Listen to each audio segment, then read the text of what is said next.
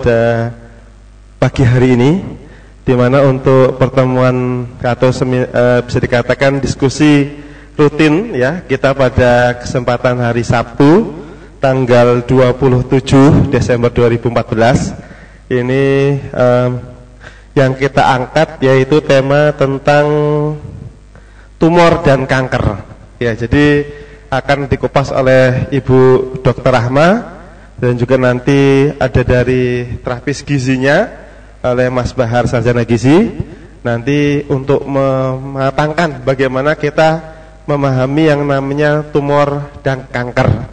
Tapi sebelumnya mari kita terlebih dahulu membuka acara diskusi kita pada pagi ini dengan berdoa menurut agama dan kepercayaan masing-masing. Doa kami persilakan. Selesai, terima kasih dan semangat pagi. Terima kasih Bapak Ibu. Ini mohon maaf saya melihatnya mungkin karena ini hari libur ya Pak ya. Jadi banyak yang mungkin berlibur juga Pak. Ini kebetulan juga GM kita berliburnya ke Jakarta. Orang Jakarta berliburnya ke daerah. Makanya Jakarta sekarang lengang ya. Itu karena orang Jakarta banyak yang ke daerah. Nah, kesempatan orang Jogja ke sana. Nah, jadi pada siang hari ini kami melihat bahwa ini hal ya biasa Bapak Ibu sekalian karena mungkin hari libur seperti biasa lokasi wisata mesti ramai sekali. Tapi materi yang akan kita bahas kali ini sangat penting karena kanker tumor itu sekarang menjadi suatu yang bisa dikatakan sudah tidak umum. Bahwa setiap orang itu punya potensi untuk mengalami yang namanya kanker atau tumor. Itu. Saya pribadi sendiri saja belum lama baru operasi tumor jinak Pak ya. Jadi itu saya juga baru tahu bahwa memang tumor itu ada penyebabnya dan itu bisa terjadi pada diri kita, keluarga atau siapapun ya. Nah inilah kemudian yang kita angkat semoga bisa menjadi ilmu pengetahuan atau wawasan bagi kita bagaimana langkah mengetahui tentang tumor dan bagaimana kita maupun juga mengobatinya nanti pada saat kita harus mengalami hal tersebut semoga aja tidak seperti itu.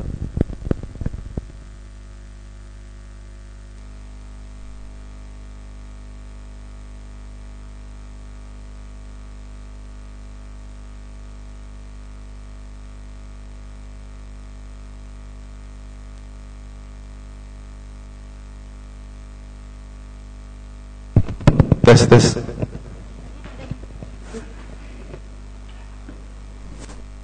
Selamat pagi, Assalamualaikum warahmatullahi wabarakatuh. Kita mulai saja ya. Hari ini saya akan membahas tentang tumor atau kanker. Mungkin sekarang pada zaman sekarang makin banyak orang yang mengalami tumor atau kanker ini.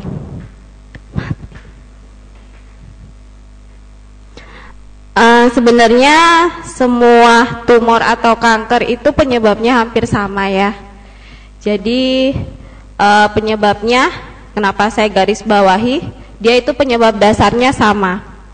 Jadi di sini nanti selnya itu setiap sel itu akan beregenerasi selalu semua dalam tubuh. Tapi yang bisa menyebabkan kanker atau tumor itu adalah sel yang berlipat ganda atau beregenerasi itu tidak terkendali.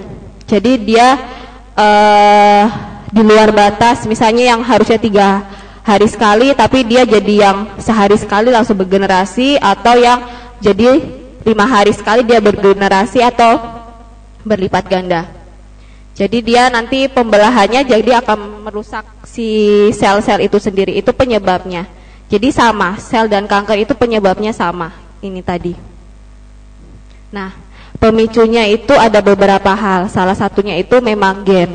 Biasanya kalau orang tua, nenek atau tante atau istilahnya bule ada yang punya penyakit kanker atau tumor, biasanya nanti turun-temurunnya juga pasti nanti akan biasanya didapatkan sel atau tumor, tapi tidak selalu ditemukan.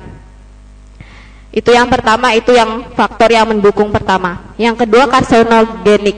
Jadi di sini adalah zat penyebab kanker. Salah satunya itu rokok, kemudian alkohol. Setelah itu juga makanan-makanan yang dibakar. Jadi kenapa saya di sini sedikit kalau misalnya sate-satean yang dibakar pakai areng itu lebih baik dikurangi. Karena bukan satenya yang menyebabkan kankernya, tapi arangnya.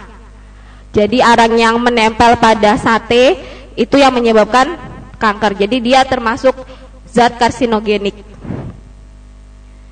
Kemudian proses penuaan itu wajar karena kalau orangnya sudah menua otomatis kan selnya untuk beregenerasi juga mengalami gangguan. Yang terakhir adalah stres tinggi atau hidden emotion. Ini lebih ke arah hormonal. Jadi ketika seseorang biasanya stres, dia jadi insomnia, jadi tidak bisa tidur. Padahal kondisi badan itu sangat bagus ketika bisa tidur di bawah jam 12, karena saat jam 12 menjelang pagi itu hormon dikeluarkan saat itu. Jadi ketika itu tidak tidur, seseorang tidak tidur, maka hormonnya tidak akan dikeluarkan. Nah, ini yang tadi saya bilang ya. Jadi sebenarnya sel itu dia akan membelah diri, menggantikan sel yang baru, asal terkendali dia tidak menyebabkan kanker atau tumor. Ini sel kita seperti ini, bentuknya seperti ini, nanti dia akan membelah masing-masing. Nah, ini tumor. Saya bahas tentang tumornya. Jadi tumor itu dibagi menjadi dua. Tumor jinak yang kita akan bahas di sini, dan yang kedua adalah tumor ganas atau yang disebutnya kalau dalam bahasa medis yang jinak itu benigna. Nanti untuk yang ganasnya disebutnya maligna. Jadi sama tadi penyebabnya ya, karena tadi selnya berubah-ubah, jadi dia tidak sesuai dengan normalnya, tapi dia tidak menyebar. Itu perbedaannya. Jadi kalau tumor jinak, dia misalnya hanya di payudara, dia hanya di payudara saja, tidak akan menyebar kemana-mana. Itu untuk yang jinak. Nah, ini gambarnya. Yang sebelah sini ini sel kita yang normal. Nah, ini tumor jinak. Dia sama, bentuknya sama seperti sel yang normal, cuman dia hanya lebih membesar. Itu perbedaannya kalau tumor jinak. Nah, ini perbedaannya di sini juga nih. Nah, ini tumor. Ini masih jinak karena dia tidak ada penyebaran kemana-mana. Nah, ini tumor ganas. Tumor ganas sama seperti tumor jinak, hanya perbedaannya dia merusak jaringan atau organ di sekitarnya dia. Jadi dia bisa menyebar ke tubuh lain. Misalnya kankernya itu tumbuh di payudara, tapi nanti bisa ke kelenjar limfa, paru, bisa ke jantung, bahkan bisa sampai ke otak. Itu perbedaannya kalau tumor ganas. Nah, ini perbedaannya di sini sangat mencolok sekali ketika dilihat di bawah mikroskop. Ini yang normal, dia membesar, tapi membesarnya itu tidak beraturan. Kalau yang tadi yang di awal ini, dia kan teratur ya. Sedangkan kalau yang ganas, dia tidak teratur, terserah dia mau tumbuhnya seperti apa, selnya seperti apa, itu terserah dia. Jadi memang dia lebih agresif, saya bilang seperti itu. Perbedaannya itu sama yang tumor jinak. Nah, dia mulai, kalau yang seperti ini dia membelah, nanti akan timbul-timbul seperti ini, sel-sel yang seperti ini, dan dia akan makan samping-sampingnya. Ini nanti lama-lama habis selnya yang normal-normal ini. Nah, ini ciri khasnya. Itu tadi saya sebutkan. Untuk yang ganas, dia menyebar, tapi bukan hanya di daerah sekitarnya saja yang terkena, tapi bisa sampai ke seluruh organ. Biasanya disebutnya dalam medis itu metastasis atau penyebaran ke tubuh bagian yang lebih jauh. Nah, penyebarannya itu ada dua cara. Kanker atau tumor ganas ya, itu melalui pembuluh darah dan melalui pembuluh limfe. Pembuluh limfe itu kelenjar limfe biasanya dapat salah satunya di ketiak, yang benjolan kecil-kecil, nah itu kelenjar limfe. Nah, ini pembuluh limfe. Jadi dia masuk ke pembuluh limfenya di sini. Dari sini nanti dia menyebar. Nah, kalau ini pembuluh darah. Jadi setiap organ punya pembuluh darah masing-masing. Kanker itu nanti bisa masuk, dia akan menembus. Jadi dia kayak melobangi dinding-dinding. Pembuluh limfonya tadi ini akan dilobangi.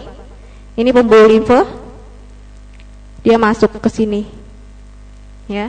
Jadi kenapa kalau misalnya orang penyakit kanker dia pembuluh limfenya membesar? Itu karena ini penyebaran dia udah melalui pembuluh limfe. Ditambah dengan dia penyebaran di daerah untuk yang pembuluh darahnya. Jadi dia masuk ke sini nanti menyebar, dia bisa sampai kemana-mana. Nah, saya ini akan membahas tentang kanker payudara. Ini penampang payudara untuk yang perempuan. Ini masing-masing kelenjar-kelenjarnya.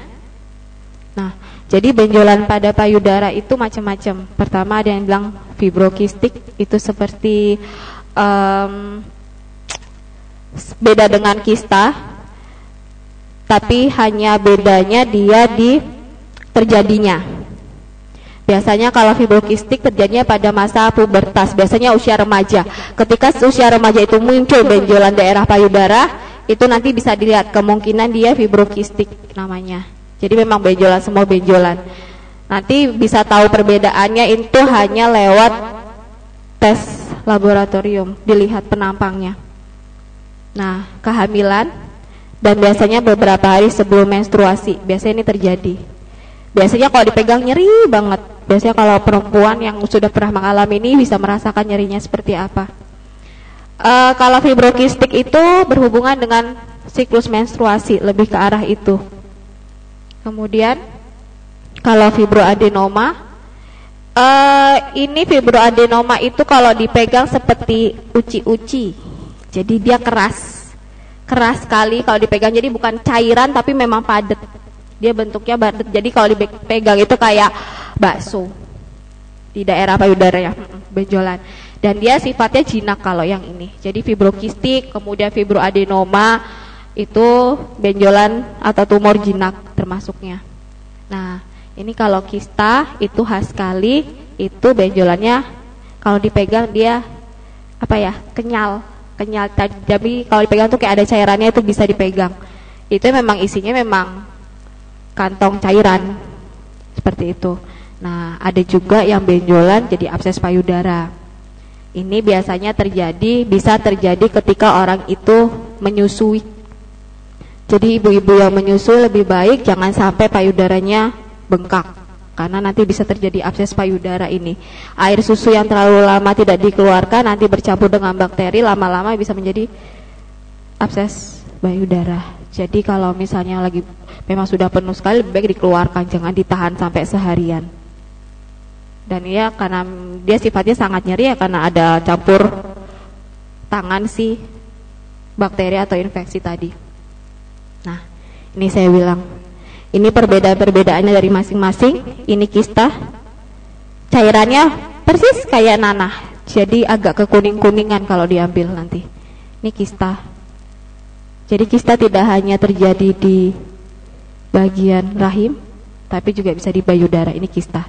Nah, kalau ini kan lebih padat dia, fibroadenoma, dia lebih padat. Yang saya tadi bilang itu seperti bakso itu yang ini. Nah, yang ini tadi berhubungan dengan menstruasi itu yang ini. Jadi dia lebih ke agak benjol-benjol seperti ini. Jadi tidak bulat. Kalau yang dua ini memang bulat, hanya saat dipegang saja perbedaannya. Nah, untuk kanker payudara itu berbeda lagi sama yang 3 tadi. Jadi yang 3 tadi itu termasuk tumor jinak, kalau kanker payudara itu termasuk tumor ganas. Jadi faktor resikonya memang dia lebih ke arah hormon estrogen. Jadi misalnya menopause-nya yang dia terlambat, kemudian yang tidak punya anak, kemudian yang menstruasinya itu lebih awal. Kenapa sekarang makin banyak ini pembunuh nomor 1 bagi wanita, salah satunya kanker serviks, kanker payudara itu pembunuh paling terbesar bagi bagi wanita saat ini. Karena apa? Karena kebanyakan sekarang anak zaman sekarang umur 6 tahun itu sudah menstruasi, itu ada. Padahal itu tidak seharusnya. Seharusnya anak menstruasi umur itu sekitar umur 11-12 tahun atau sekitar anak sekolah kelas 2 SMP atau SMA. Nah, itu penyebabnya salah satunya makanan-makanan junk food. Nah, itu karena kan apalagi kayak saji ayam-ayam potong seperti itu kan disuntik hormon. Dia akan mempengaruhi hormon juga dalam tubuh ketika kita makan ayam itu. Menopause terlambat juga nanti dia akan menyebabkan kanker payudara. Yang paling utama adalah ketika seseorang tidak mempunyai anak.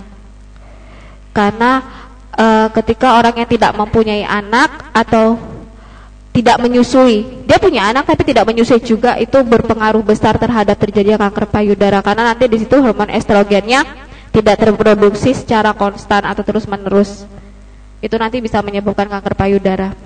Nah, yang kedua tadi gen turunan. Biasanya kalau misalnya orang tuanya punya bakat untuk kanker payudara, anaknya biasanya 80-90% punya faktor resiko untuk terjadi kanker payudara. Nah, ini tadi saya bilang usia berperan penting, itu lebih ke arah kenapa di sini kasusnya lebih banyak, lebih dari 50 tahun. Pertama, dia dulu dilihat riwayatnya ternyata menstruasinya terlalu cepat. Kemudian dia menopause-nya terlambat. Dan ditambah lagi ketika orang usia sudah tua kan sel-selnya juga bergenerasinya lebih lama ya dari yang kita yang muda, itu juga sangat mempengaruhi. Nah, ini ketika di foto dia bentuknya seperti ini, mirip sama batasnya tapi tidak tegas. Jadi nggak bulat tapi tidak tegas di sini. Nah, yang jadi khasnya pembedanya sama ketika nanti difoto sama yang 3 tadi. Nah, dilihat di sini, ini ada akarnya. Ini berarti sudah mulai mau ada penyebaran ke daerah. Ini yang sehat. Yang sehat itu warnanya sedikit kehitam-hitaman, tapi ketika misalnya di sini ada yang putih-putih ini sudah mulai ada terjadi penyebaran. Jadi dia memang merambat. Jadi kanker itu khasnya dia punya akar kayak pohon. Jadi dia nyari, kalau pohon nyari air ya, di mana air dia makin panjang untuk akarnya. Tapi kalau kanker dia mencari sel-sel yang masih sehat untuk dihinggapi oleh si kanker itu tadi. Oke, itu tadi bahas kanker yang payudara. Sekarang ini organ reproduksi perempuan. Jadi ovarium itu setiap bulan hanya mengeluarkan 1. Sedangkan setiap perempuan itu hampir mempunyai sel telur 1 miliar. Jadi nggak akan habis ya. Jadi sebulan nanti ada sel telur. Nah, nanti dia yang mempengaruhi juga terjadinya miom, kista, dan juga kanker ovarium atau serviks. Saya bahas kista ovariumnya. Jadi sama seperti kista di payudara, hanya dia pertumbuhannya di ovarium. Jadi di sini. Nah, dia numbuhnya di ovarium. Jadi kistanya di sini, dan tumbuhnya dia berupa bentuknya cairan. Kalau masih kecil biasanya tidak begitu terasa, tapi kalau sudah mulai besar akan timbul nyeri perut. Kemudian bisa di kanan, bisa di kiri, atau nanti pas saat buang air kecil biasanya juga dia akan sering karena cenderung untuk ketika seseorang terjadi pembesaran di daerah suatu organnya, dia akan menghibur daerah organ yang lain. Jadi dia nanti akan merangsang kantung urinnya.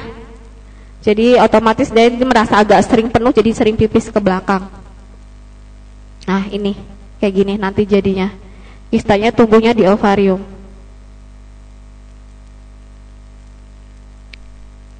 Nah, kalau untuk kanker ovarium sama, tempatnya sama seperti yang tadi. Cuma perbedaannya adalah dia nanti menyebar. Dan ganas itu biasanya, kalau kista itu biasanya hanya terjadi di 1 ovarium, tapi kalau kanker ovarium bisa terjadi di dua-duanya. Jadi dua-duanya bisa terkena karena tadi ya, karena ada bisa metastasisnya. Nah, ini turunan atau wanita yang tidak pernah memiliki anak itu mempengaruhi, karena ketika seseorang ingin mempunyai anak, otomatis kan ovariumnya juga nanti memproduksi hormon-hormon seperti itu. nanti dia akan mencegah terjadinya kanker. Seperti itu. Nah, ini miom. Miom itu bedanya sama kista, dia lebih ke daging. Miom biasanya di dinding uterus. Jadi dia munculnya nanti di, nah di sini. Ini miom seperti ini. Jadi dia termasuk, jadi kista ovarium atau miom itu termasuk tumor jinak tidak ganas. Ada yang kecil sampai besar seperti jeruk, ada lagi yang lebih besar lagi, bisa sampai 10 cm, 15 cm, itu juga ada. Kista pun sama. Jadi nanti miom itu tergantung dia maunya di mana, terserah dia. Tapi nanti beda-beda namanya. Biasanya sudah mulai ada gejala ketika dia sudah membesar. Kalau misalnya tidak ada gejala, itu biasanya miomnya masih kecil. Nah, ini miomnya tadi saya bilang bisa di dalam, bisa di daerah serviks. Ini agak ke dalam lagi, kemudian ini di atas, namanya fundus uteri. Di sini juga bisa. Nah, miom itu tidak menimbulkan gejala, tapi ketika miom itu membesar, biasanya orang itu baru sadar kalau terkena miom ketika sudah muncul gejala-gejala ini. Biasanya menstruasinya lebih banyak, lama, bisa sampai 2 minggu, 3 minggu baru selesai. Terus nyerinya kok makin hebat. Jadi kalau nyeri pada saat menstruasi belum berarti kista ya. Kista atau miom itu hanya bisa dideteksi ketika diperiksa dengan pemeriksaan dokter. Kalau awam istilah dilihat kasat mata nggak bisa. Nah, ini uterusnya atau rahimnya bisa berubah bentuk. Jadi tidak bisa hamil, itu juga bisa. Sama yang tadi saya bilang, ketika dia membesar, dia akan menekan organ-organ lainnya. Salah satunya ke kandung kencing sama rektum. Rektum itu tuh anus. Biasanya nanti juga ada keluhan susah buang air besar karena ada penekanan dari si miom yang membesar tadi.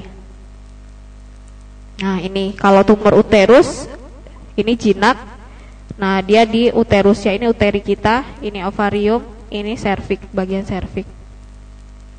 Nah, kalau kanker uterus itu kebanyakan dari endometrium. Jadi endometriosis juga bisa menjadi kanker uterus. Nah, usianya memang segini kebanyakan, tapi makin lama sekarang bisa di bawah ini sudah bisa terkena tadi karena faktor-faktor yang tadi saya sebutkan. Apa? Salah satunya itu obesitas atau kegemukan, itu bisa mempengaruhi. Menopause, tidak memiliki anak. Kemudian biasanya kalau perlu juga diperhatikan ketika dia sudah didiagnosis menopause, kemudian muncul bercak darah lagi, itu juga hati-hati. Takutnya miomnya juga ada. Nah, pasti kebanyakan yang lagi tren sekarang ini ya, kanker serviks. Kalau misalnya kanker ovarium, uterus itu memang sekarang masih tahap yang masih ya sekitar 50 atau 60% terjadi pada wanita. Tapi kalau ini sudah banyak sekali. Karena itu sampai dicanangkan ada imunisasi HPV untuk anak usia 18 tahun karena ini semakin banyak terjadi pada wanita. Jadi fungsinya imunisasi itu kalau ibu-ibu punya anak yang umur atau bapak-bapak punya anak umur yang 18 tahun, saya sarankan imunisasi, harus imunisasi karena semakin banyaknya perempuan saat ini yang terkena kanker serviks. Jadi serviks ini adalah kita sebut kenapa kanker serviks karena dia pertumbuhannya di leher rahim. Bahasa medisnya memang serviks leher rahim. Itu ya. Jadi nanti dia munculnya di daerah sini. Nah, ini kan leher rahim, nanti muncul di daerah sini. Nanti dia lama-lama dari sini dulu munculnya sedikit, nanti lama-lama dia ke atas, bisa ke atas. Dia terjadi penjalaran. Nah, ini saya akan bahas kanker atau tumor jinak, tumor ganas selanjutnya itu untuk yang laki-laki. Bukan hanya perempuan yang bisa kena kanker atau tumor, tapi laki-laki juga bisa. Mungkin ini banyak yang terjadi ya. Kemarin kalau sama Pak Happy itu juga banyak. Itu namanya lipom ya Pak? Benar ya, lipom. Kemarin sama Pak Happy itu lipom. Jadi kalau lipom itu lebih ke arah dia ada pembesaran sel di daerah minyak atau apa namanya itu lapisan kulit yang bagian lemaknya. Nah itu lipom. Kalau di sini saya akan bahas yang ini dulu, organ reproduksi pria. Testis itu sama fungsinya seperti ovarium pada perempuan. Bentuknya sama, cuma perbedaannya kalau perempuan naik ke atas, kalau yang laki-laki ke bawah. Itu sama, fungsinya sama. Perbedaannya hanya kalau ovarium tadi menghasilkan sel telur, kalau ini sel sperma ya. Nah, laki-laki juga bisa kena kanker testis.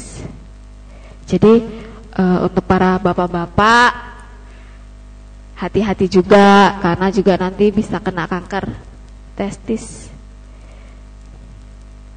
Nih, usianya juga masih termasuk muda loh, 20-40 tahun. Jadi malah bukan yang sudah tua, tapi 20-40 tahun. Biasanya gejalanya itu dia benjolannya keras, dirabah kok ada yang aneh ya dengan daerah testisnya. Terus perhatikan juga untuk bapak-bapak, juga saya sarankan setiap ini juga harus memperhatikan besar kecilnya ya. Lihat kanan kirinya, ketika misalnya ada perbedaan yang terlalu ekstrim, lebih baik diperiksakan di daerah testis ya. Kemudian apalagi kalau misalnya sampai terlihat mata kok mulai sedikit berbenjol-benjol, itu juga segera diperiksakan untuk bapak-bapaknya. Nah ini, nah nanti kayak gini nih pertumbuhannya, kecil-kecil, nanti kelihatan, nanti di luar sini di daerah ininya ya, kulitnya ini, nanti kita terlihat bisa, kalau misalnya memang masih kecil hanya terabah, tapi nanti kalau sudah besar dia akan terlihat di sini, akan menonjol di kulitnya ini, dia akan mendorong si kulitnya itu. Ini yang terakhir. Jadi tadi memang yang kebanyakan kalau pada pria memang kanker testis dan ini pembesaran prostat. Pembesaran prostat itu perbedaannya di daerah sini. Jadi bukan di daerah saluran untuk testis atau penisnya, tapi dia memang di prostatnya. Biasanya kalau prostat dia lebih tua, terjadinya sekitar 50 tahun. Dia memang proses penuaan. Gejalanya misalnya dia buang air kecilnya jadi terhambat seperti itu, atau misalnya sulit memulai buang air kecil karena ada penekanan di daerah saluran yang ini kan ada salurannya, dia akan membesar, dia akan menekan nanti. Nah ini yang normal, dia akan membesar, dan dia hanya ketahuannya hanya kalau dari keluhan-keluhan dia hanya di gangguan buang air kecil. Kalau mau dirabah itu hanya dokter yang bisa, karena nanti dimasukkan jari di anus. Nah, nanti baru terabah, dilihat, dirabah dengan tangan. Nanti dilihat ini terjadi pembesaran atau tidak. Ketika orang biasanya terjadi keluhan seperti ini ke dokter, pasti kita akan lakukan pertama kali adalah colok dubur untuk melihat ada pembesaran atau tidak, untuk menyingkirkan penyakit-penyakit yang lain. Ketika ini sudah baik-baik lagi, kemungkinan kita naik lagi ke atas untuk melihat adakah batu di daerah ginjal atau saluran kencingnya. Seperti itu. Oke, mungkin seperti itu sekilas dari saya. Mungkin lebih ke pertanyaan mungkin ya. Monggo Bapak, dengan Bapak siapa? Ya, Bapak Saf, gimana?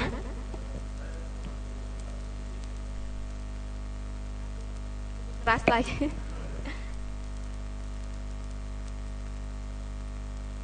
Tes. Ya, gini brother, saya dapat informasi itu gelombang radio elektromagnetik ya di HP ini, itu katanya bisa merangsang tumor otak. Oke. Jadi kalau misalnya kita terlalu sering deketin HP ke kepala, itu katanya nanti lama-lama bisa kena tumor otak. Itu benar apa enggak sebagai pemicu tumor tadi itu? Oke. Kalau ini saya membahasnya memang lebih ke arah belum ngomongin soal ini ya, elektromagnetik atau HP ya. Bisa sekali Bapak, karena pengaruh dari radiasinya. Jadi dari radiasi bukan hanya HP. Kalau misalnya orang-orang yang kerja di lab, kemudian dokter, ahli-ahli anatomi yang berhubungan atau lab-lab yang berhubungan dengan bahan kimia, menghirup segala macam itu, dia berpengaruh terjadinya kanker apapun. Kalau misalnya dia memang HP kan penggunaannya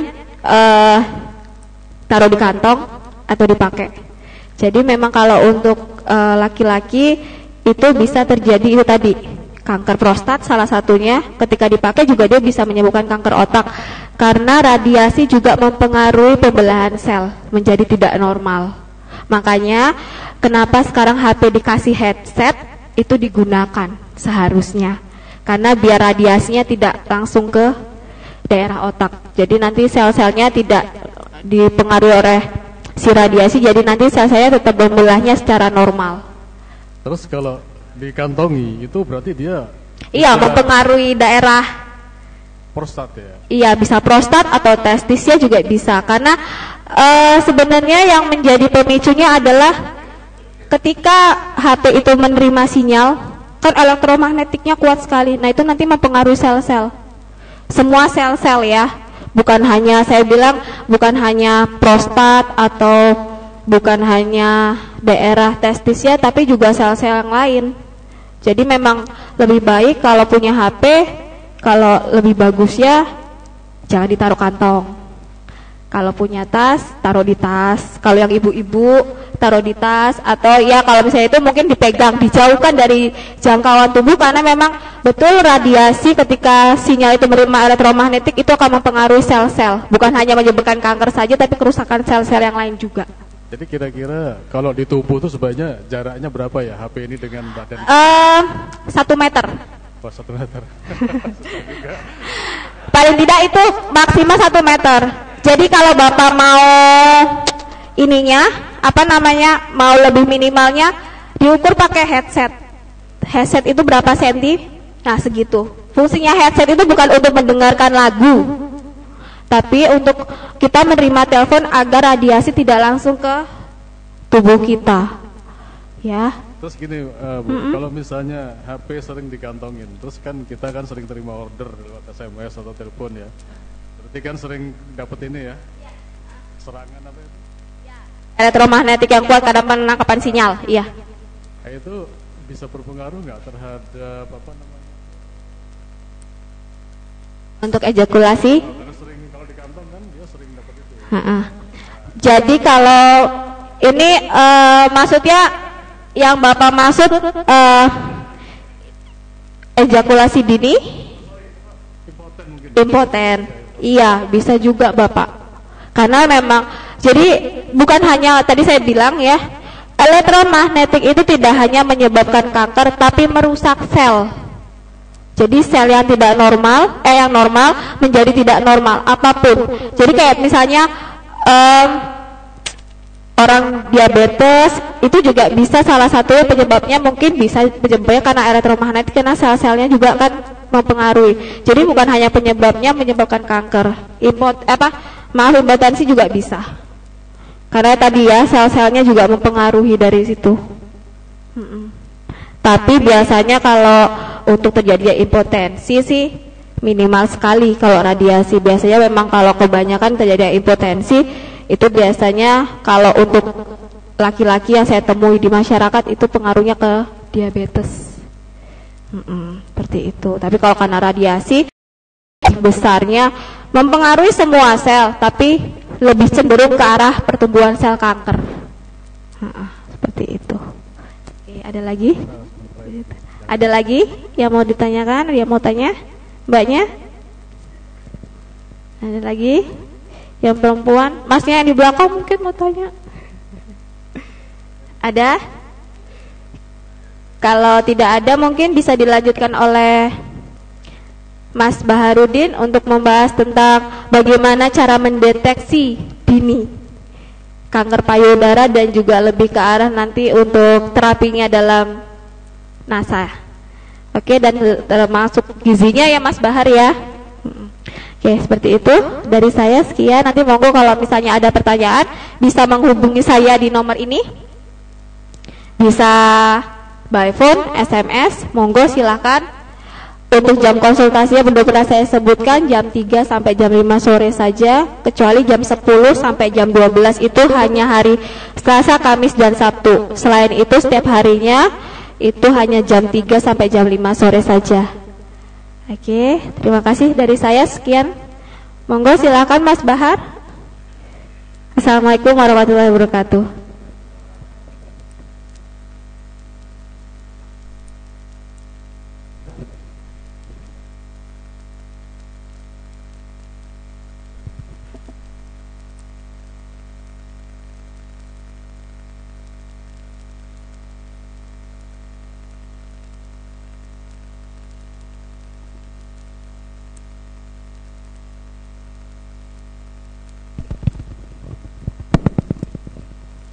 Assalamualaikum warahmatullahi wabarakatuh. Semangat pagi. Sekali lagi kayaknya kok kurang berenergi ya. Semangat pagi. Alhamdulillah. Barusan saya melihat wajah-wajah yang ceria ya, wajah-wajah yang penuh berkah, sukses itu Pak ya. Di mana kita membahas tentang kesehatan, tentang penyakit. Ketika seseorang senang, itu sebenarnya meningkatkan kekebalan tubuh. Kenapa di situ? Karena sel beta T, imunitas tubuh akan naik dengan kita senang, kan begitu, ya, Pak ya. Mungkin sebelum masuk ke materi inti, alangkah baiknya perbolehkan saya untuk memperkenalkan diri ya Pak ya. Ini nama saya Muhammad Bahrudin. Biasanya di sini saya dipanggil Mas Bahar. Saya di bagian TS Technical Service, megang di bagian konsultasi kesehatan sama Bu Rahma. Kemudian saya lahir di kota kecil Rembang, kota kecil di Jawa Tengah, perbatasan Jawa Tengah sama Jawa Timur. Dan saya menginjak Jogja tahun 2008, menempuh pendidikan S1 ilmu gizi Fakultas Kesehatan di Respati, Universitas Respati Yogyakarta, Unrio. Saya lulus tahun 2012 barusan. Nah, kenapa pagi ini dibahasnya tentang kanker atau tumor? Karena memang kanker sama tumor itu merupakan salah satu permasalahan kesehatan yang saat ini masih hangat dibicarakan di kalangan medis, kedokteran, dan kesehatan. Dia merupakan juga salah satu penyakit, ya, salah satu permasalahan kesehatan juga yang menyebabkan apa? Kematian tertinggi nomor 7 setelah stroke, kemudian tuberkulosis, hipertensi, depresi berat, kemudian kelahiran dan diabetes mellitus. Setelah itu kanker menduduki setelah itu nomor 7. Nah, kemudian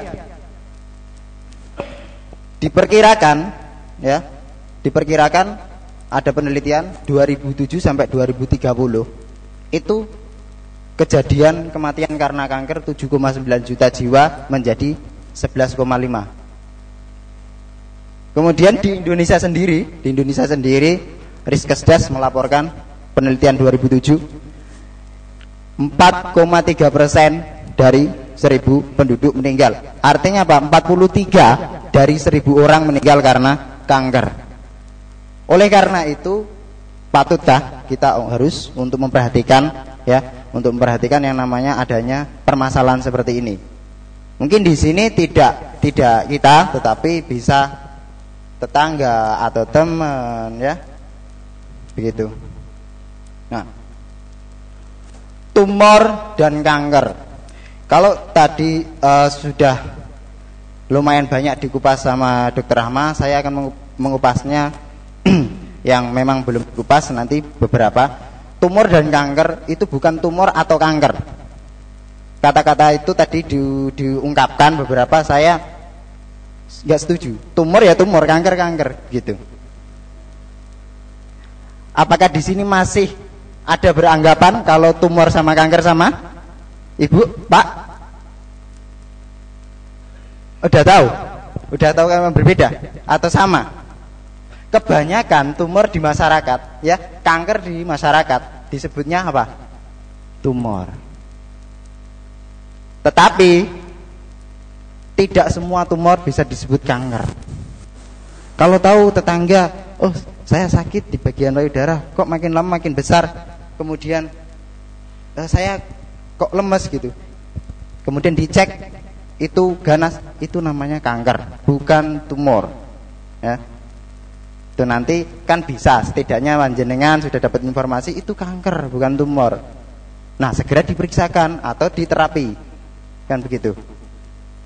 Nah di sini gambar ini Bapak Ibu, di sini apa tanda apa? Di sini adalah tumor, di sini kanker. Beda nggak secara tampilan?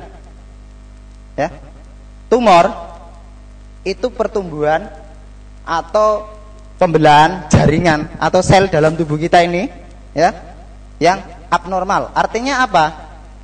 Abnormal, tidak terkendali, tidak sesuai dengan keinginan, dan tidak mempunyai fungsi fisiologis atau tidak mempunyai manfaat bagi tubuh. Itu tumor sama kanker dua-duanya. Akan tetapi bedanya di mana? Ketika tumor seperti ini, dia tidak merusak sebagian, nggak merusak, dia tumbuh makin gede, tetapi tidak merusak di sebagian sini. Kalau kanker, bedanya apa di sini? Dia bersifat destruktif. Destruktif artinya apa? Artinya di sini merusak, memusnahkan, menghancurkan organ di sekitarnya, ya. Nah, persamaannya sama-sama benjolan, ya Bu ya, Pak, sama-sama benjolan di sini antara tumor sama kanker sama-sama benjolan. Akan tetapi di sini persamaannya dapat, dia kanker sama tumor itu dapat tumbuh di mana saja, di seluruh tubuh. Bisa timbulnya di mana saja antara tumor sama kanker. Kemudian bisa menyerang semua usia. Dia tidak melihat usia seberapa. Tetapi tadi disampaikan kebanyakan memang yang usianya kalau untuk wanita reproduksi itu ke arah payudara. Tetapi untuk tumor sama kanker, untuk ke yang lain itu tidak mengarah ke usia. Kalau selain payudara ya, itu tidak mengarah ke usia. Tadi dikupas di laki-laki di kelenjar prostat, itu tidak mengarah ke usia, tapi semua usia bisa kena tumor sama kanker. Nah, kemudian di sini perbedaannya lebih tak kupas lagi. Di sini perbedaannya kelihatan. Sini ini tumor, ini sama kanker. Tumor lebih halus, kelihatan dari luar. Ya enggak Pak ya? Bu, ya. Ini karena apa? Dia mempunyai selaput yang membungkus. Kantung yang membungkus dia itu ada. Oh, selamat datang Mas. Di sini ada yang masih membungkus. Di sini enggak. Ya? Tidak ada bungkusnya. Kemudian dia berkembangnya atau menyebarnya atau tumbuhnya sel kanker sama tumor cepat kanker. Cepat kanker, relatif cepat dan pertumbuhannya. Kemudian di sini, nah, untuk tindakan, kalau untuk tumor, tindakannya bisa dilakukan dengan operasi atau pengangkatan. Itu apa? Menyelesaikan masalah. Kalau tumor, selesai dia, akar-akarnya diangkat, selesai. Tetapi kalau kanker, tidak menyelesaikan. Untuk mengangkat, dia hanya mengangkat di benjolan itu saja, tapi bisa timbul mana-mana. Itu terutama kalau sudah parah, begitu. Karena apa? Karena kanker menyebar ke seluruh tubuh lewat aliran darah.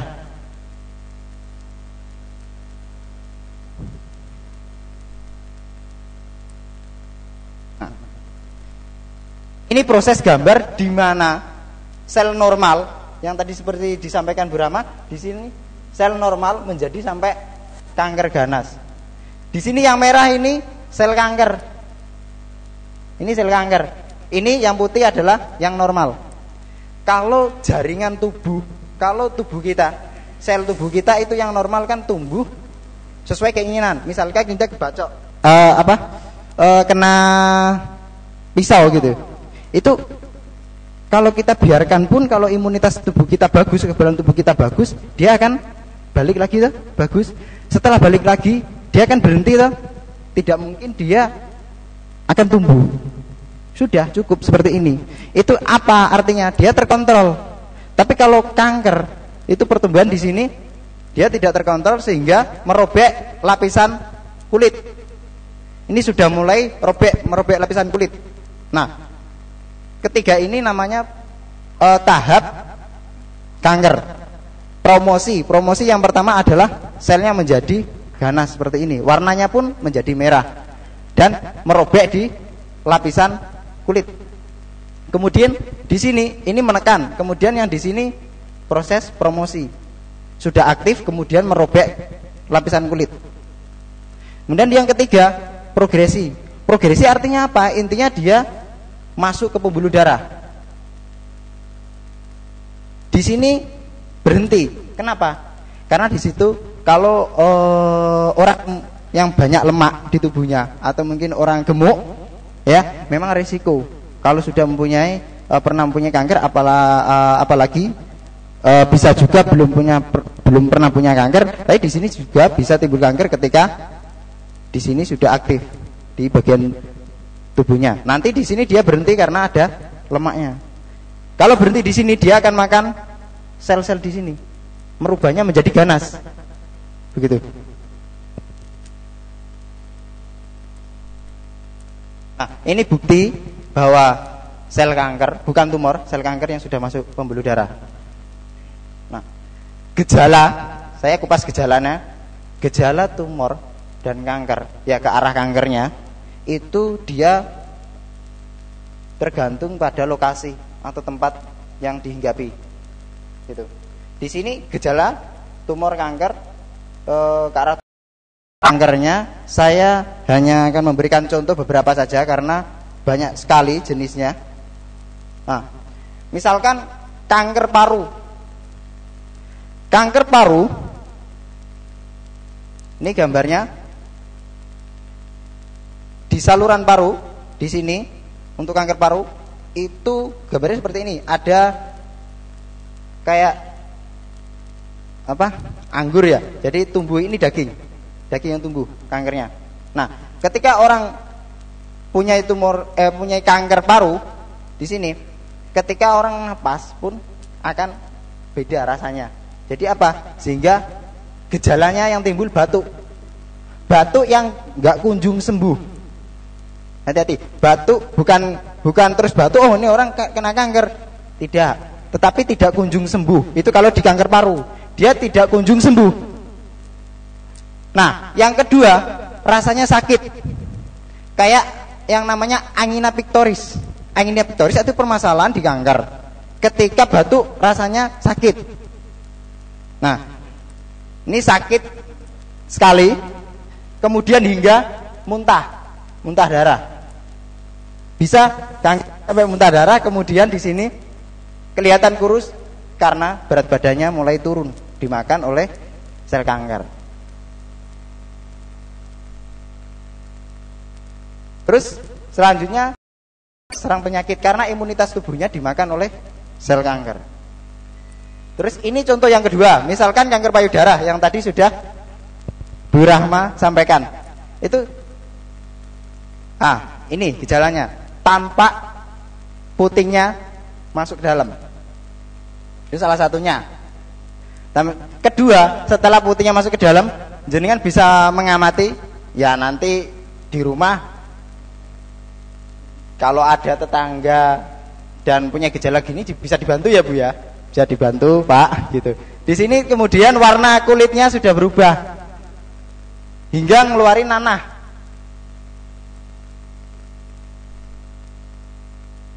Nah, ini yang ketiga, hanya 3 saja yang saya berikan contoh gejala dan jenis kankernya. Di sini mempengaruhi terhadap gizi atau berat badan atau status nutrisi tubuh.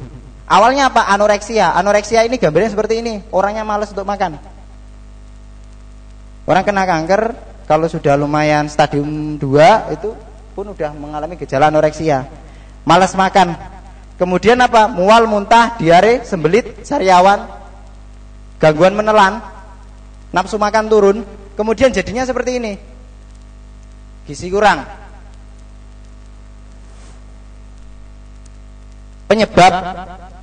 Penyebabnya di sini ada internal sama eksternal. Penyebab kanker internal itu dari genetik sama hormon. Memang ada ngaruh. Misalkan ibu dengan kanker payudara itu disarankan tidak menyusui. Karena apa? Di situ akan terbawa. Karena lewat aliran darah kan bawa ke anaknya. Nah, seperti kanker payudara, kemudian HIV yang lewat penularan lewat pembuluh darah itu, kalau untuk seorang perempuan kalau punya anak lebih baik tidak, karena akan menurunkan ke anaknya, ya. Keturunan sama hormon genetik itu untuk kanker secara fisik tidak lewat ke genetik, misalnya dia hanya 25%. 75-nya karena kebiasaan Anda. Karena kebiasaan panjenengan semua mempengaruhi apa? Mempengaruhi perilaku makan. Kemudian eksternal karena radiasi ultraviolet atau matahari. Berjemur yang bagus jam berapa, Pak? Jam 7 sampai jam 9. Siang bolong mau jemur, kena kanker nanti kelamaan. Kemudian bisa karena virus di sini, merokok, salah satu penunjang, ya. Radikal bebas, kemudian makanan atau minuman. Nah, makanan atau minuman yang junk food yang tadi disampaikan sama Bu Dokter itu di sini mengandung pengawet MSG, monosodium glutamat yang tinggi, juga bisa memicu terhadap terjadinya kanker, bukan tumor, ke arah kanker, ya. Makanan tinggi lemak juga mengarah ke kanker. Jenis-jenis kanker. Sini saya kupas, di sini kanker serviks tadi sudah diterangkan sama Bu Rahma. Kemudian ini bentuk kanker payudara yang sudah parah. Ini kanker kulit. Kemudian ini kanker hati.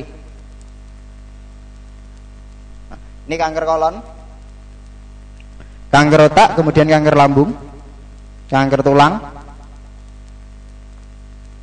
saluran pernafasan atau saluran pencernaan makanan di bibir, kemudian kanker paru tadi. Nah, terapi atau pengobatan dengan produk NASA.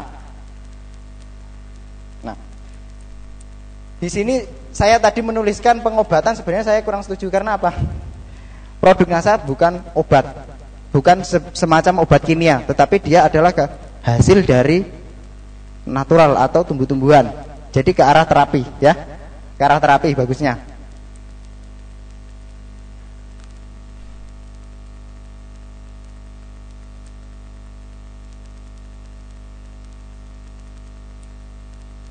Nah, saya contohkan di sini.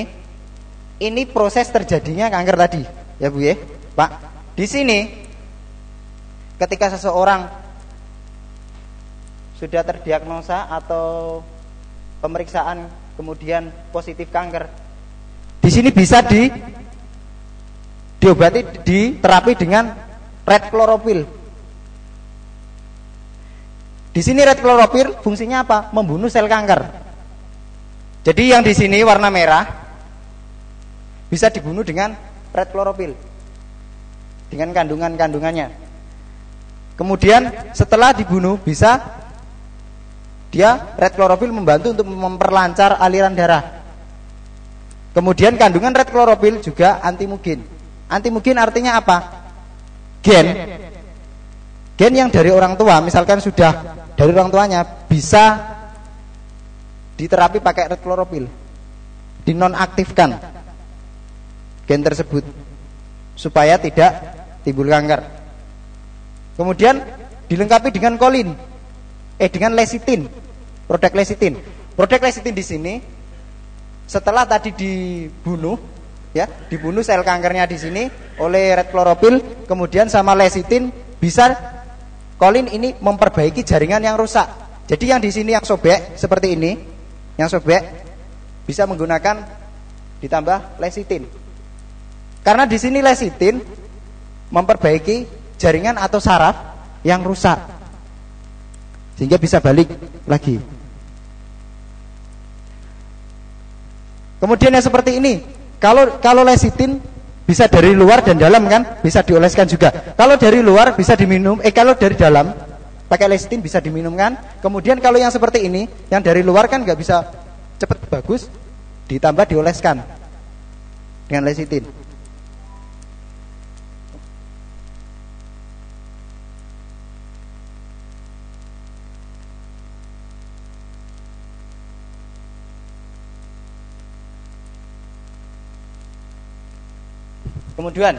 Kemudian ini contoh kanker payudara. Bisa diterapi dengan yang pertama, lecitin. Lecitin tadi kalau di permulaan terjadinya kanker bisa membunuh kanker. Kalau di kanker payudara, nanti lecitin mempunyai kandungan phytoestrogen. Phytoestrogen yang dari sari kacang-kacangan. Di sini nanti fungsinya untuk apa? Phytoestrogen mampu melawan sel kanker payudara prostat. Kemudian mempunyai kandungan alfa karoten. Dia antioksidan alami yang telah terkenal berfungsi efektif sebagai anti kanker untuk melawan kanker payudara. Kemudian kandungan kolin dalam lecitin itu dapat mengendalikan atau mengontrol aktivitas dari sel kanker itu. Kemudian ditambah dengan royal jelly. Royal jelly seperti yang saya tadi katakan, ketika seseorang terkena kanker, dia kelihatan lemes, nggak bergairah, nggak semangat, bisa pakai royal jelly. Royal jelly kandungan dari madu. Dia memberikan stamina yang pertama, antioksidan juga, memperbaiki jaringan. Kemudian red chlorophyll di sini juga bagus untuk terapi kanker payudara, membunuh mesinnya, ibarat kata membunuh jaringannya, jaringan sel kanker itu sendiri. Nah, ini contohnya, contoh lagi kanker di hati timbul seperti ini, bisa diterapi pakai red chlorophyll lagi. Di sini ternyata red chlorophyll berfungsi di hati untuk menangani kanker. Dia mempunyai asam klorofil yang mencegah timbulnya sel kanker di hati khusus. Kemudian mengurangi racun aflatoksin. Racun aflatoksin hanya di hati. Nah, di sini nanti mengurangi racun aflatoksin dari kandungan red chlorophyll dapat mengurangi racun aflatoksin yang menyebabkan kanker. Kemudian menurunkan asam laktat atau lemak yang di hati yang menunjang terjadinya kanker. Itu bisa menggunakan red chlorophyll. Kemudian lecitin, dia mempunyai kandungan acetilkolin yang dapat memperbaiki jaringan yang rusak di hati. Royal jelly ini untuk memberikan energi lagi pada penderita kanker. Nah. Kemudian huang tea. Produk huang tea ini, teh, dia mempunyai kandungan katekin. Katekin itu kandungan yang ada di huang tea, di sini tidak dimiliki di lecitin, royal jelly, sama red chlorophyll. Di sini katekin hanya dapatin di huang tea. Fungsinya untuk apa? Untuk mencegah pembelahan. Perbanyak. Tadi kan sudah dimatikan sama red chlorophyll supaya tidak jadi banyak, dibantu dengan huang tea. Pembelahannya dihambat oleh katekin. Kemudian antioksidan juga. Nih contohnya kalau di jalan tidak pakai masker, kalau dientutin sama bus, apalagi sekarang, apalagi kemarin-kemarin macet, hampir kalau kita di jalan mau menghindari polusi susah. Apalagi sekarang Jogja sudah mulai kayak begitu, ketularan sama Jakarta kayaknya sudah mulai. Apalagi yang namanya becak sekarang pakai begituan juga. makin lama kayaknya andong pakai begituan juga Pak. Jadi meningkatkan polusi. Jadi kita harus cerdas dan pintar ya. Di samping kita semua bisa yang namanya pakai masker ya pakai. Kalau nggak pakai masker, konsumsi uang tea nyampe rumah juga mengurangi yang ada. Nah, kalau misalkan perokok berat, untuk meminimalisir antioksidan yang dari rokok, pakai uang tea sama red chlorophyll. Tapi kalau bisa, kalau memang sering banget, ya red chlorophyll sama uang tea-nya lebih banyak. Kalau pingin benar-benar terkurangi antioksidan dalam tubuh yang menyebabkan kanker itu, begitu.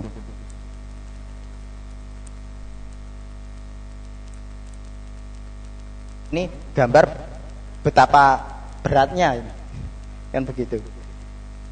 Kalau sudah memang seperti ini kejadiannya, misal ada tetangga seperti ini, nanti bisa pakai royal jelly sama yang tadi. Minimal royal jelly-nya harus ada karena sebagai stamina. Udah males kalau udah seperti ini berat. Nah,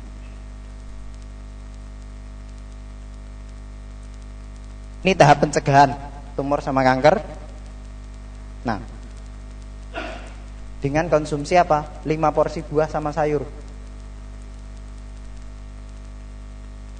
Di sini yang diperlukan dari buah dan sayuran adalah antioksidan.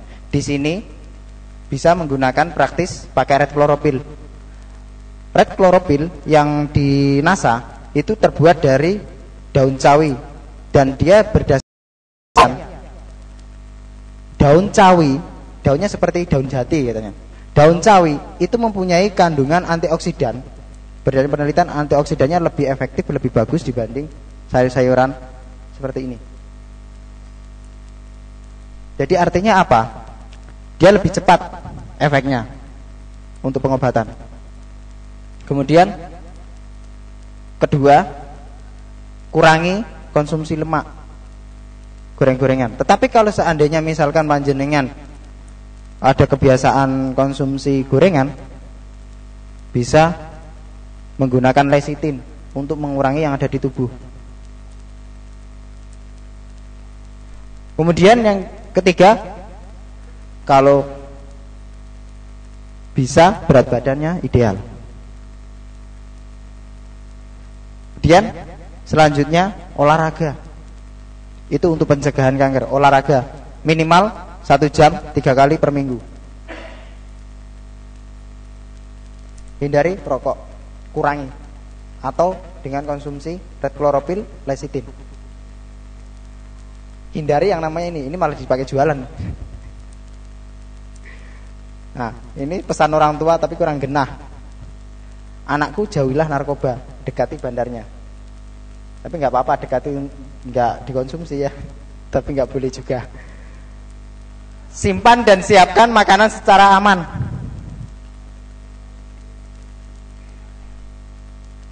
Bukan begini malah. Nah, yang bagus yang ini. Ini bentuk di Jogja sudah seperti ini. Ini dari arah timur.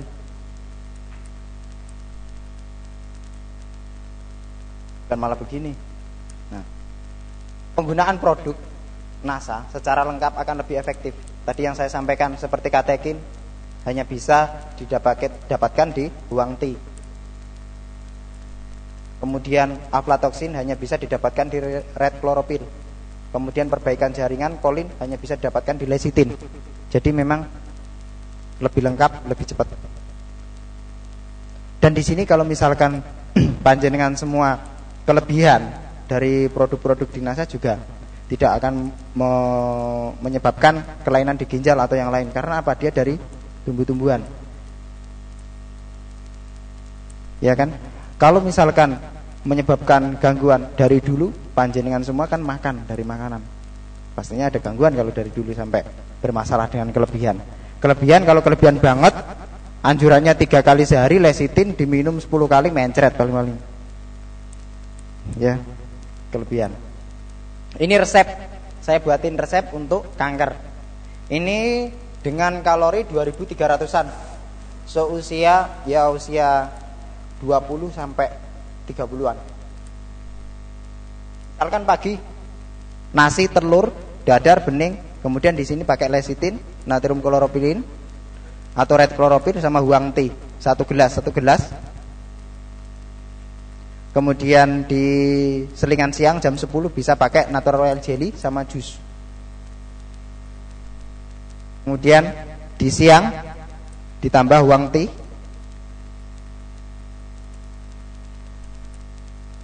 Menu selingan sore bisa pakai lecitin, natrium kloropilin, amno. Kemudian di malam hari huang tea, kemudian sebelum tidur lecitin, natrium kloropilin, amno. Amno asam amino, ya. Nah, di sini saya akan memberikan mungkin sedikit tambahan. Bagaimana sih, Pak, deteksi dini, ya, deteksi dini terhadap kanker. Nah, saya berikan contoh untuk kanker payudara. Saya minta tolong di sini bisa nanti berdiri semua untuk mengecek ilmu tambahan, ya, buat kita nanti. Ini untuk mengecek kanker payudara, mengecek sedini mungkin. Bisa berdiri semua.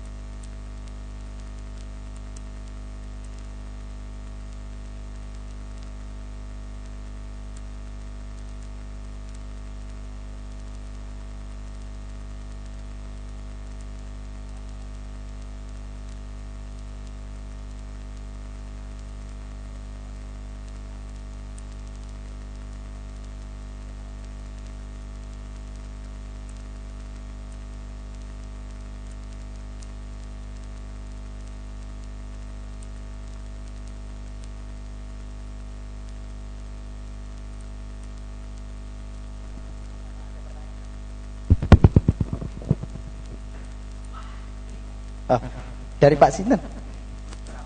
Pak Kamil, monggo Pak. Apa yang mau ditanyakan?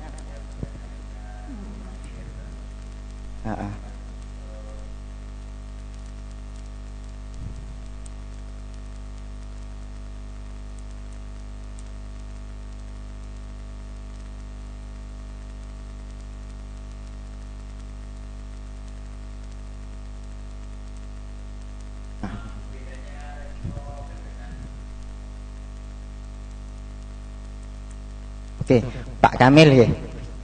Untuk biasanya kalau ada kanker, amne,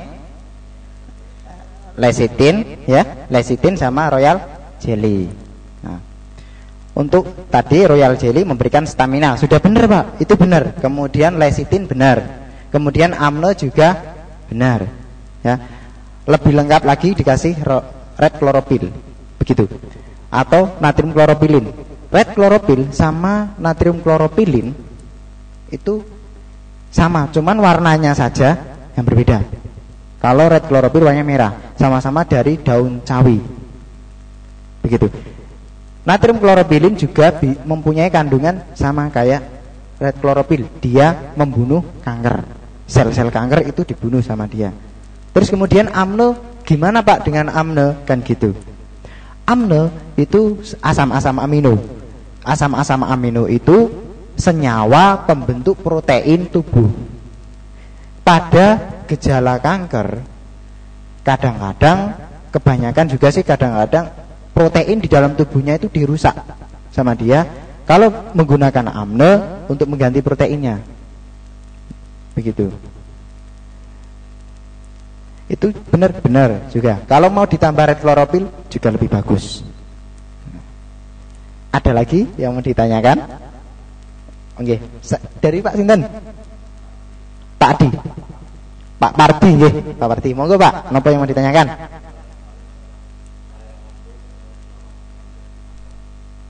Kalau sariawan terus menerus ya Pak ya. Oke, Pak Pardi, bagus sekali pertanyaannya. Antara sariawan sama kanker, ya, bedanya apa? Kalau sariawan, ya, kalau sariawan dia hanya ketika sudah timbul gatal-gatal seperti itu dan yang lain sampai mengganggu makan ya, makan itu awal kita tahu seperti itu sariawan gitu. Tetapi kalau sampai sariawan itu menjalarnya sampai seperti tadi gambar tadi Pak,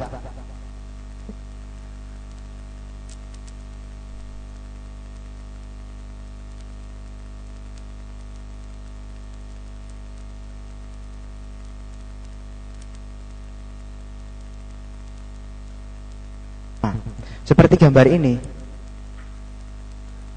Ya, kalau kita sadari seperti ini, kalau panjenengan ada tetangga atau panjenengan sendiri yang sariawan kok nggak kunjung sembuh lama, kalau sampai di lukanya kok jenengan merasa berbeda ketika disoroti atau mungkin dilihat benar-benar sama ya orang lain gitu kan. Kalau sampai seperti ini berarti ini kanker.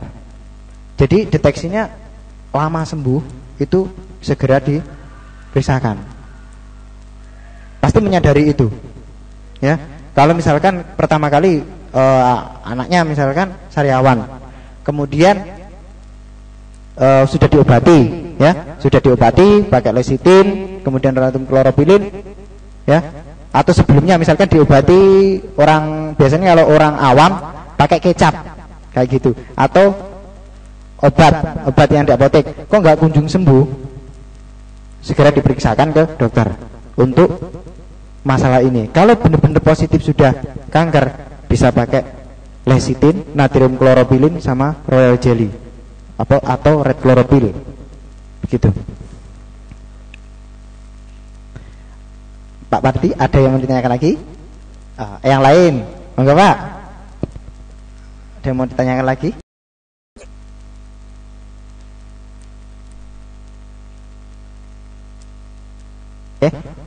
Cukup itu, enggak jelas ya Bu ya? Gimana, ada yang mau ditanyakan? Oh enggak ada. Udah, mudah-mudahan kita akhiri materi yang saya berikan, mudah-mudahan bermanfaat bagi kita, bagi panjenengan juga bagi saya, ya Bu ya. Semangat pagi. Wassalamualaikum warahmatullahi wabarakatuh. Assalamualaikum warahmatullahi wabarakatuh. Mari Bapak Ibu sekalian tepuk tangan untuk Ibu Dr. Rahma dan juga Mas Bahar. Semoga tadi ilmunya bermanfaat. Kira-kira bagaimana Pak? Bermanfaat? Bu? Ya, semoga tadi ada simulasi teknis sedikit apa yang disampaikan oleh Bu Rahma dan juga Pak Mas Bahar ya, yang semuanya sudah mengupas tuntas tentang kanker dan tumor ya. Yang jelas kalau kanker tadi satu ya, tadi semuanya ini ya. Saya juga dicek sini ya. Perlu dicek kantong kering apa enggak ya. Baik Bapak Ibu sekalian, sebelum saya tutup, saya menyampaikan informasi untuk besok bulan Januari 2015. Kita akan mengadakan ya diskusi kembali setiap hari Sabtu tanggal 10 Januari itu tentang peluang bisnis integrasi buah langka dan lele di daerah perkotaan. Nah, ini jadi Bapak Ibu yang besok ingin mengikuti acara diskusi interaktif juga, itu tentang peluang bisnis buah langka dan lele di daerah perkotaan. Jadi bagaimana ini sebenarnya nanti bisa dikatakan sebagai konsep bisnis juga sebenarnya, karena besok yang akan mengisi itu Bapak Ardi Nugroho. Bapak Ardi Nugroho itu juga leader NASA, yang beliau alhamdulillah bisa mengembangkan di pekarangan rumah beliau itu bagaimana namanya beternak lele dan buah langka di pekarangan sekitarnya meskipun lahannya sempit. Ya, dan ternyata dan beliau itu membuat modelnya itu bisa diperjualbelikan. Gitu. Jadi distributor juga bisa menjadi peluang bisnis juga gitu. Kalau ada yang mau menjual istilahnya model ya, yang itu juga nanti oleh Pak Adi juga akan disampaikan Sabtu depan. Kemudian tanggal 17 Januarinya bedah produk baru NASA yaitu Ayla Breast Care ya. Nah, ini sangat mendukung anti kanker payudara ya. Nah, ini kaitannya dengan produk baru kita Ayla Breast Care. Kemudian tanggal 24 Januarinya bedah produk Fitna Serbuk ya, Fitna Serbuk, dan tanggal 31 Januarinya tentang penyakit asam urat ya. Jadi besok silakan nanti bisa dilihat di daerah bisa dilihat di papan pengumuman yang ada di kantor NASA. Baik Bapak Ibu, saya rasa cukup dulu itu yang bisa kita sampaikan. Dan mohon maaf Pak, nanti ada kalender untuk Bapak di belakang, ada kalender sama VCD Pak, ambil satu Pak, silakan Pak. Kalender dan VCD satu silakan diambil. Jadi khusus Bapak Ibu yang hadir yang hari ini mengikuti acara training kita, maka mendapatkan satu VCD produk terbaru dan kalender satu buah juga. Ya, untuk Bapak Ibu ya ibaratnya sudah masuk ke ruangan ini. Kalau yang di luar ya enggak ya.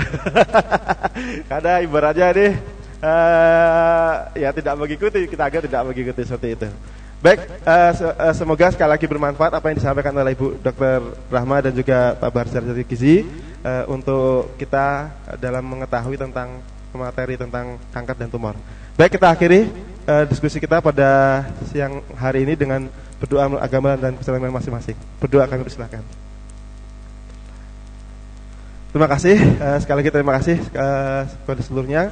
Wassalamualaikum warahmatullahi wabarakatuh. Semangat pagi.